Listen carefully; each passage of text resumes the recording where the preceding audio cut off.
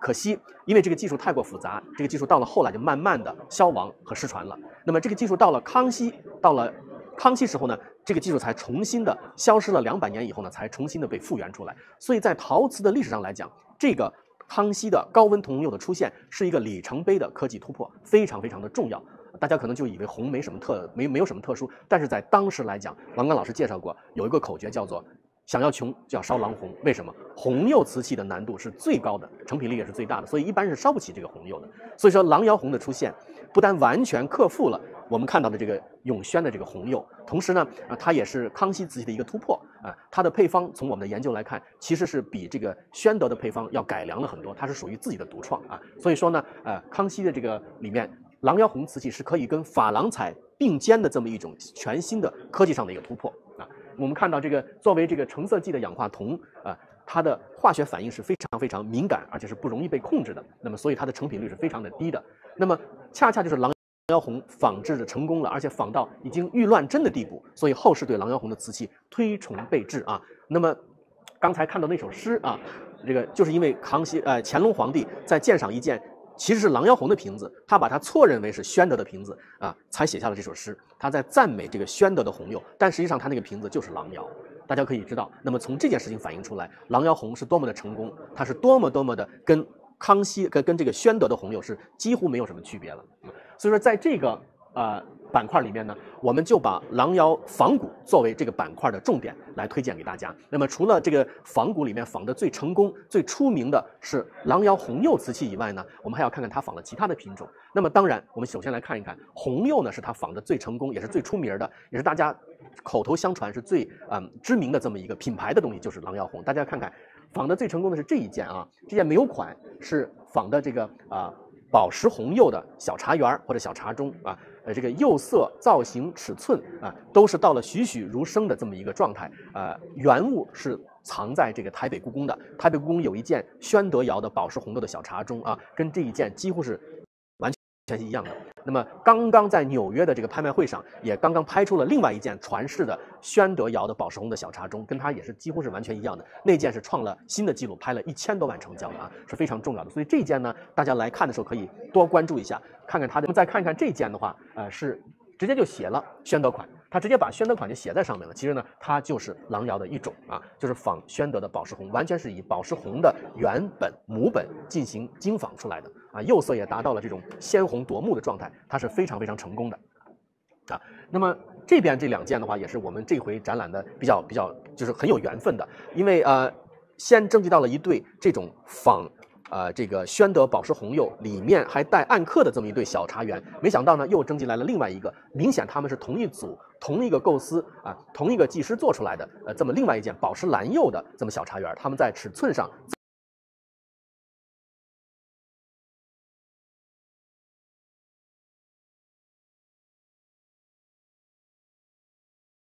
只是说一个是做了宝石红，一个是做了宝石蓝，所以说呢这一组的作品呢就给大家看一看啊，就给大家介绍一下，就是说它的仿古，尤其是仿红的这个艺术成就已经到了一个非常非常高的程度啊。好，我们再来看看这个柜子啊，这个柜子里面当然最著名的就是这个小券缸啊，小券缸。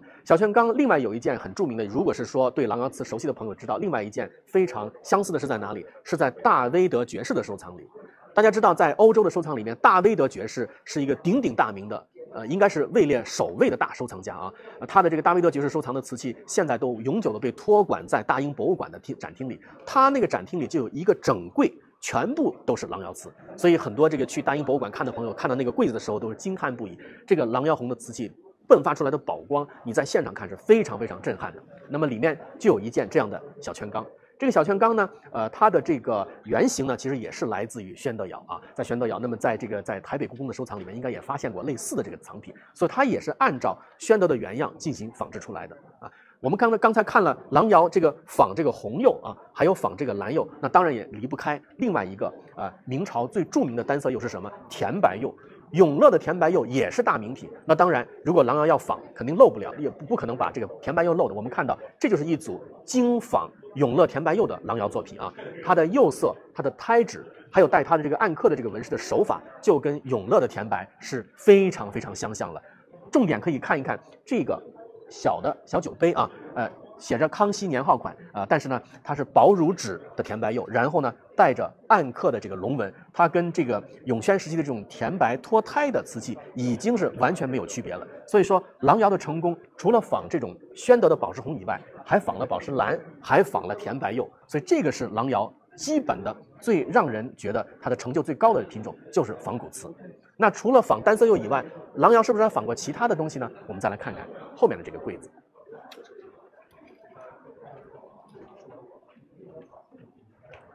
好，大家看一看，这也是一组，如果是按照我们的这个梳理的话，它应该也是被归入这个仿古的这个范围之内。为什么？都能找到永宣的这个母本和原本。比方说这一对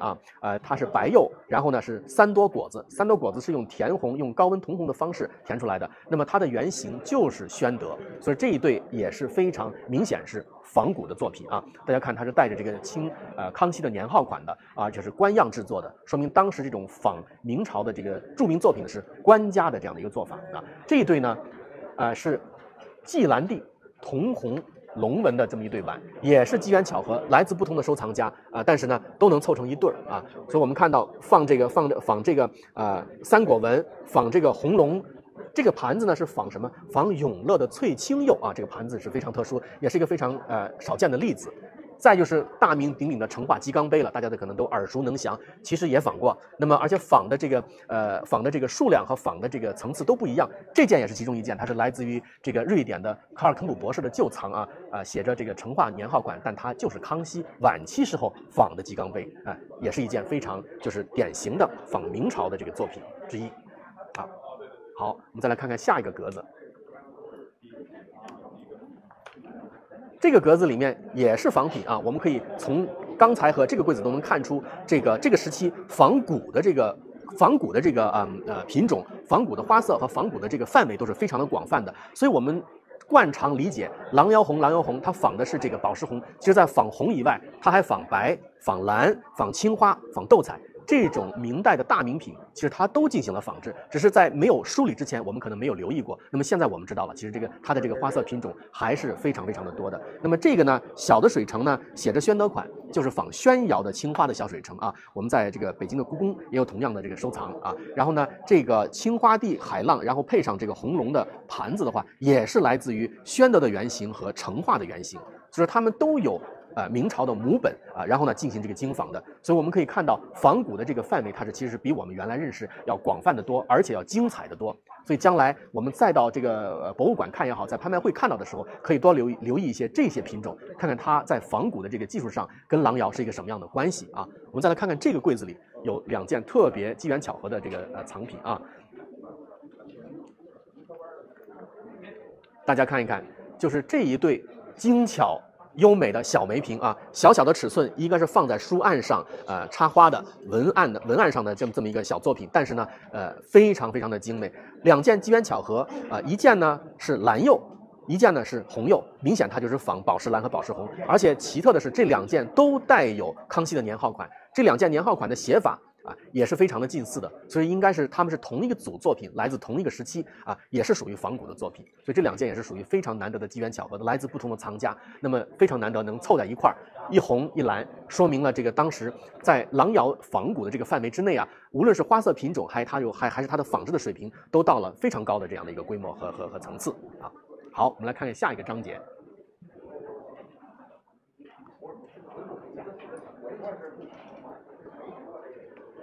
讲完了刚才的这个关于郎窑仿古的这个关系，郎廷吉的本人大家知道，他的艺术修养也反映出来，他跟仿古瓷有一定的关系那么郎廷吉做的郎窑瓷，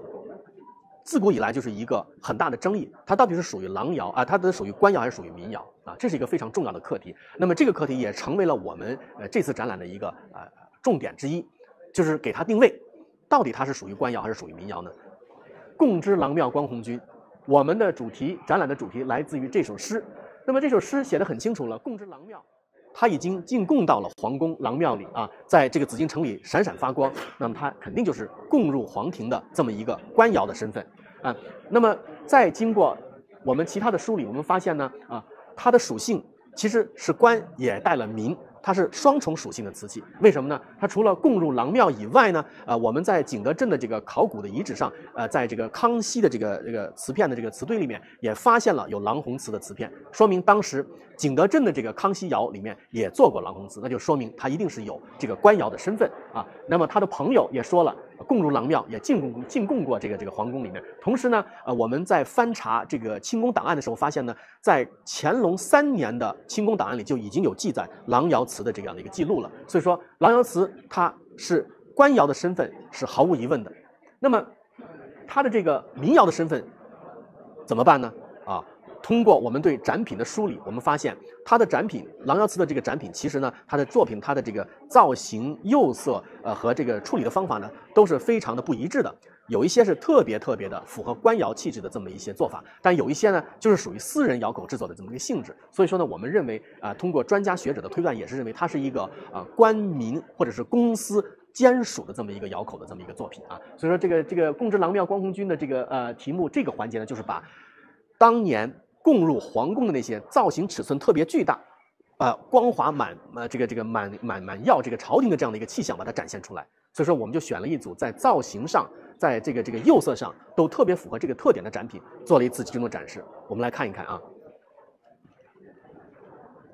中间的这个其实是一件观音尊，应该是。那么它的这个釉色从上到下流淌下来的感觉，就跟我们郎窑的这个有一句非常著名的口诀一样啊。这个它的流淌的这个釉水流淌交融的产生了这种动感和这个深浓深厚的这个红色啊，形成了一个非常华丽但是又非常低调的这么一个艺术效果。这个釉水流淌下来的这个产生的这个韵律感，在视觉上就有一种非常流动的感觉啊。那么我们再看这个釉下面是有一些细微的开片，这也是郎窑红的一个非常重要的特征。那么它表面的这个玻璃质感，还有它的这个气笔收这个郎不流啊，流不下去的这个刚好收的非常干净的留在这个圈足之上的这个刀法，都是郎窑红的一些非常重要的特征。那么在这样的一个瓶子上就完全呈现出来了。大家可以想象啊，这样的瓶子如果放满了一个墙，那么灯光一照的话，这是满壁生辉，熠熠生光的。那么这个红釉瓷的这种热烈、这种生命力和这种能量啊，就从这个釉面上可以迸发出来。所以说，郎红瓷能一直受到海内外的人士的这个青睐和喜欢，是不是没有道理？因为它这个艺术感受是非常直观，是非常震撼性的啊。那么它的釉面的效果，其实有一些是这样热烈的、奔放的、流淌的，充满了韵律的动感的。那它有一种烧到了后来呢，它慢慢的就是固化了，那么呈现出一种非常宁静的、均匀的、非常和平的一种美。这种美又跟这种热烈的、充满动感的美也是不一样。所以郎红这个釉啊，它是多面性的，它的艺术效果，它的视觉效果，是有中期、早期和后期的区分。那么我们看到供入这个皇宫里的这个瓷器，在它的这个尺寸上、造型上都呈现出来，是完全一种庙堂之象的作品啊。所以我们再来看看下一个盒子，这一组也是富有装饰和那个装饰效果的这么一组作品啊，大家非常熟悉的，我们叫的这个油锤瓶啊，非常典型的细长脖子，然后呢圆的肚子下来的，非常典雅的造型。那么有这种观音尊，也是常见的观音尊。我们看到它的釉色的变化是非常丰富的，既有这种流淌的、有层次感非常强烈的，也有这种非常斑驳的，充满了这种古代的味道的这么一些作品。那么也有这种釉光釉色是非常高级、非常冷静，非常充满了这个内在的低调的含蓄的这么一种艺术效果的釉色。所以其实郎窑红它最大的特点就是在于它非常的富有釉色的变化，它就不像后来当这个红的技术被掌握了、成熟以后，慢慢的固化以后变成霁红。变成霁红以后呢，它失去了这种釉色上的变化，也就失去了艺术的趣味，成为了一种单纯的釉色。那我们看这里郎窑红，从刚才的盘子碗到这些大的瓶子、罐子，还有这种所谓的这个尊啊，我们都看到它的造型上、釉色上都是创意十足，充满了各种各样丰富的变化。那么这种变化、这种趣味，就是郎窑红最大的艺术价值之一啊。所以说这个4件作品，我们也看到它的釉色给我们带来不同的这个视觉的感受啊，是非常非常值得你每一件仔细看，因为每一件都是独一无二的作品啊。好，我们再来看一看这个盒子啊，琵琶尊和2件梅瓶啊。那么重点讲的就是这个梅瓶了。这个梅瓶非常重要，因为它底下，这个我们展览的还是有点缺失，把这个非常重要的这个梅瓶的底款呢没有给展示出来。这个底款是非常重要的。这件梅瓶不单是尺寸大，造型非常的端正优美，啊，它底下带的款呢是那种非常典型的玉制款。这个梅瓶有一件相同的作品是陈列在这个维多利亚和那个维多利亚博物馆，在伦敦维多利亚博物馆，它是康熙晚期才出现的。当这个狼窑红和狼窑红的技术走向最成熟、最稳定的阶段，出现的一件梅瓶。那么这个梅瓶呈现出来的釉色，大家看变化已经不是很多了，它慢慢的变成了一种固化的均匀的釉色了。但是它就代表了这个狼窑红或者是高温铜红釉的技术，经过了这么漫长的试验、发展、创新的阶段以后呢，终于走向了成熟。这是康熙晚期高温铜釉走向最成熟的时候的一件作品，它等于也是高温铜釉的一个总结啊，也是一个非常有这个代表性的这么一件作品。那么它就跟旁边这件，大家看这个釉色斑驳，然后深深浅浅，充满了这种不可言说的这种艺术趣味的这个釉色效果，是两种极端的美学表现方法。所以说红之一色啊，可以表现出这么多不同的肌理、质感和效果来，这就是红的魅力啊，这是红的魅力。好，我们来看一看下一个盒子啊。那么到了第4个环节，就是我们把这个狼窑瓷作为一个重点的这个展示啊。尔来杰出推狼窑啊。狼窑瓷最著名的特点是什么？就是有一组特别重要的瓷器，带着纯一堂款的瓷器是非常著名的啊。这个带着纯一堂款的瓷器呢，被专家学者们认为是真真正正的狼窑瓷。为什么？大家看纯一堂这3个字，纯一堂这个堂号款呢，是康熙皇帝在南巡时候赐给郎廷吉的。那么郎廷吉只有他本人才能用这个赐的堂号把它写在瓷器上，所以说有专家学者认为啊，我们前面看的狼窑红的瓷器都是没有款的，那么这个写着纯一堂款的瓷器才能被认定是真真正正的狼窑瓷。OK， 我们这次展览就以这个纯一堂作为一个切入点，把狼窑瓷所谓真正的核心的狼窑瓷，把它先区分出来，然后把它外围的狼窑的家族再把它慢慢的辨认出来。所以找到一组带有纯一堂款的瓷器，是我们这个展览最重要的一个环节啊。那么大家看看啊，在这个又是那个他的好友徐锦斋写的这首诗里面写到啊，已经把这个狼窑瓷的这个成功和它的价值跟承宣窑器直接就作为比较了，媲美宣城窑器夸前朝啊。但是呢，我们今天的狼窑瓷比它的价格还要高啊，你看尔来杰出推狼窑，最近呢，狼窑瓷反而是成为了新的这个经典的作品。那么另外一位郎廷吉跟郎廷吉共事过的一个同事叫做刘廷基啊，他也写过一本书叫做《在元杂志》，里边也记录过狼窑瓷的神貌。他就是说仿木宣城啊，然后呢款字和这些釉面的效果都是非常的相似的。除了仿古以外呢，那么刚才我们看到的，那么就是这一首狼窑瓷了，写着纯一堂款的狼窑瓷。我们来看一看，在这一回的这个展览当中，我们非常的有幸能够征集到7件组啊，非常重要的带着郎廷吉的这个纯一堂号款的瓷器，包括一些瓷片，这些资料有一部分是完全之前是没有发表过的。那么它对研究郎廷吉和研究狼窑瓷的话，具有非常重要的意义和价值啊，就包括中间这一件啊，我们看到是应该是一件仿青铜器的一个炉的这么一个残件啊，上面写着这个纯一堂号款。然后呢，另外一个比较重要就是这个宝石蓝釉的这么一个，应该是一个合碗的底，正好它把康熙这个官窑款和郎廷吉的堂号款并写在一块了，我们叫合款啊。还有一件最新发表的，这是一个小杯杯，这个小杯杯也是第一次被公布出来，底下也写的御赐纯一堂，这个造型和纹饰都是从前没有发表过的。所以这一组带着御赐纯一堂号款的这个瓷器的话，对研究郎廷吉和研究狼窑瓷来讲，是一批全新的材料，具有非常重要的参考价值和研究价值。那么我们呢也做了一个比较，我们从这个郎廷吉很多跟皇帝来往的奏折当中，那么这个奏折里面就有郎廷吉亲笔写的字，我们把这个郎廷吉奏折里面的字把它集了出来啊，把它做成了一个款字。大家看这个板子上，我们把郎廷吉的书记与纯一堂的合款自己做了个比较图。上面的左手边那个图呢，就是我们从郎廷吉的这个奏折里面把他写的这个大字、清字、康字、西字、年字都把它抠了出来，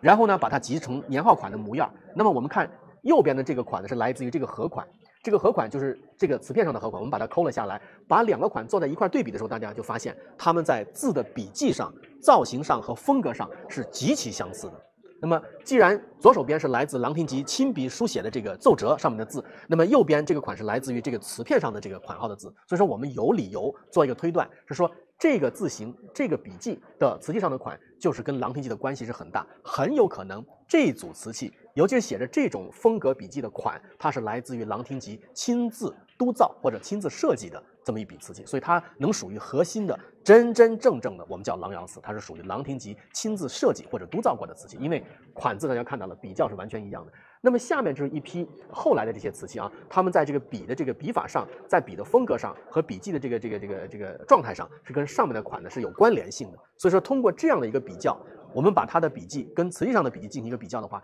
就形成了一个体系。什么是真真正正的郎窑瓷？然后郎窑瓷的特点，第一，仿古，而且仿的极其的逼真；第二，它的有一些非常创新的这个